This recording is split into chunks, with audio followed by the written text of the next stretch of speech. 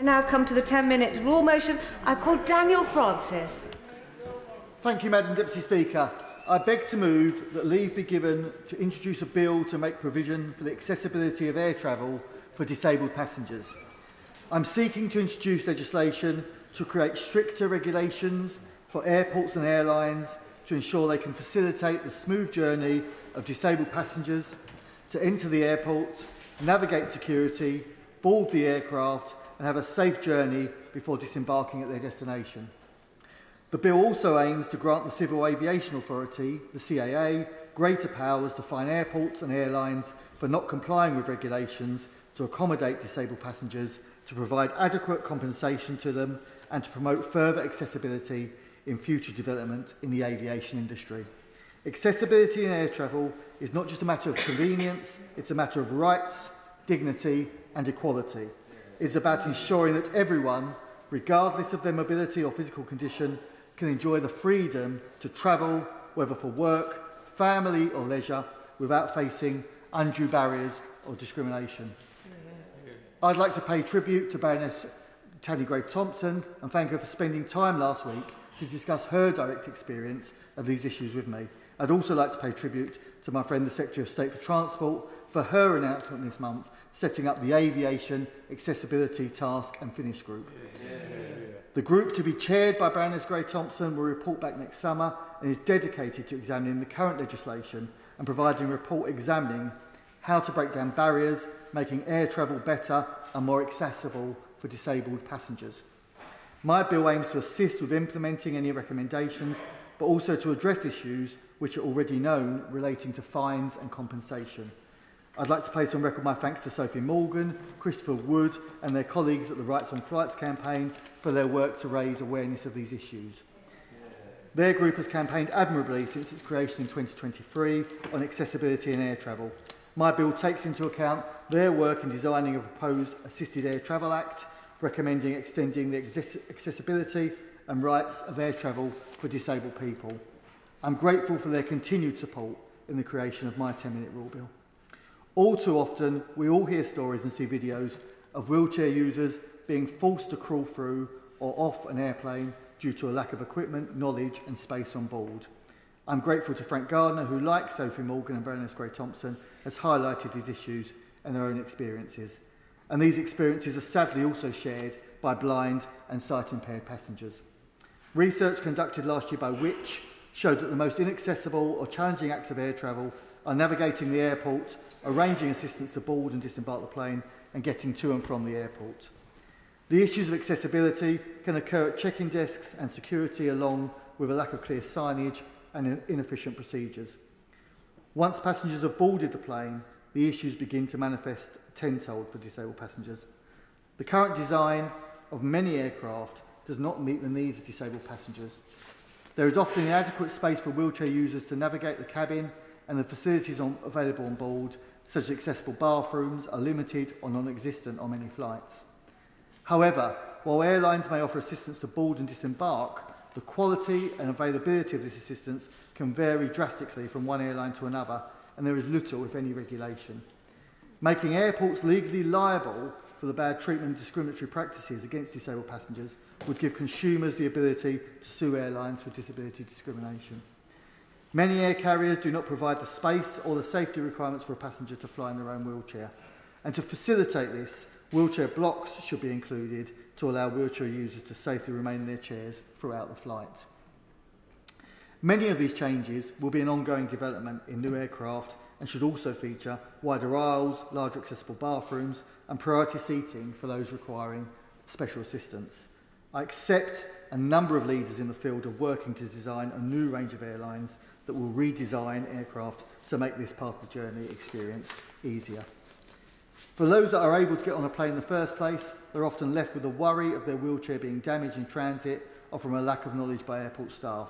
It's therefore paramount that a single set of rules and regulations are applied to all airlines to promote better knowledge among airport and airline staff to minimise the risk of damages to wheelchair and mobility scooters.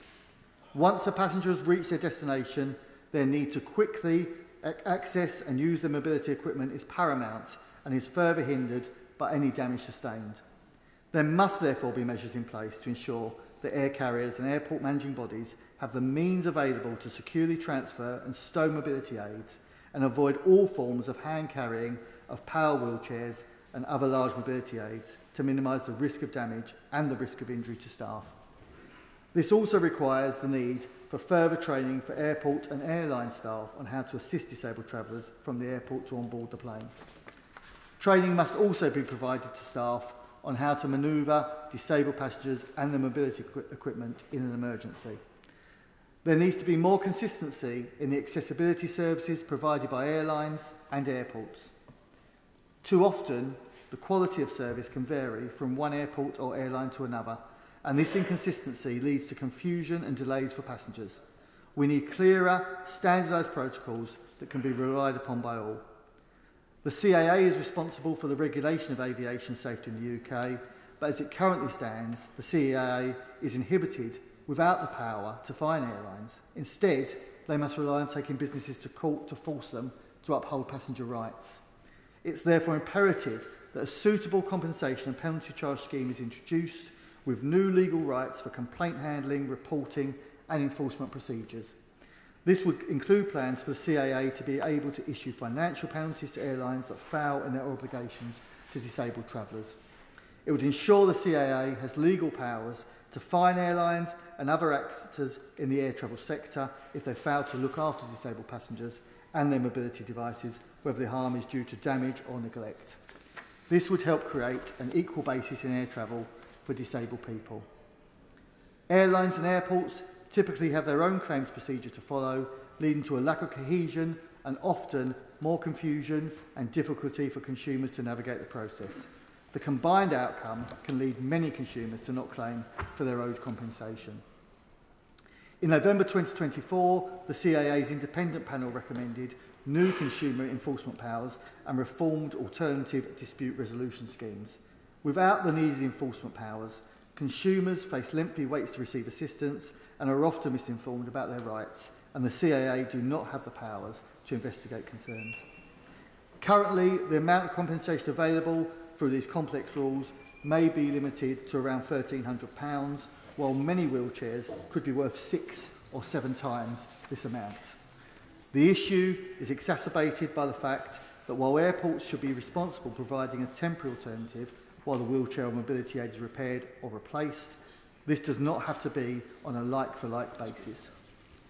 As the parent of a wheelchair user, I fully appreciate the issues outlined by campaigners, and like others, my family have taken the decision for many years that flying would simply be too much hassle, and the distress of a damaged or lost wheelchair at the end of a flight is too upsetting to consider.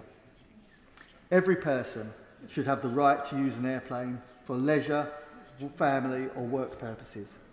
However, the current facilities of airports and airlines and the lack of powers of the CAA is prohibiting disabled passengers from accessing aviation travel. My bill would be applicable to all carriers, domestic and foreign, undertaking flights within, from and to the airspace of the UK, as well as all airports within the UK. The bill's provisions would extend to tour operators, ground handlers, service providers and all stakeholders, along with their subcontractors involved in providing goods and services to disabled people, travelling within or through the United Kingdom. In conclusion, the Aviation Accessibility Bill would make the necessary changes to the law to ensure airports and airlines are better able to provide facilities for disabled passengers, allowing them to safely access air travel. I commend this bill to the House. The question is that the honourable member have leave to bring in the bill. As many of that opinion say aye? Aye. Many of that opinion say aye? Aye. Of the contrary, no. The ayes have it. The ayes have it. Who will prepare and bring in the bill?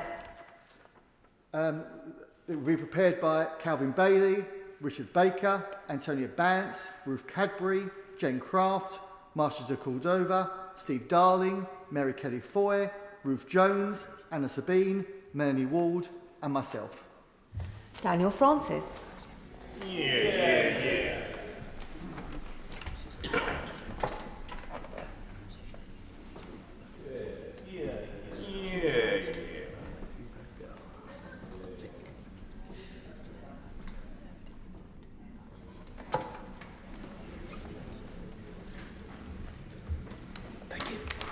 Aviation Accessibility Bill. Second reading what day? Friday the 4th of July 2025. Friday the 4th of July 2025. Well done.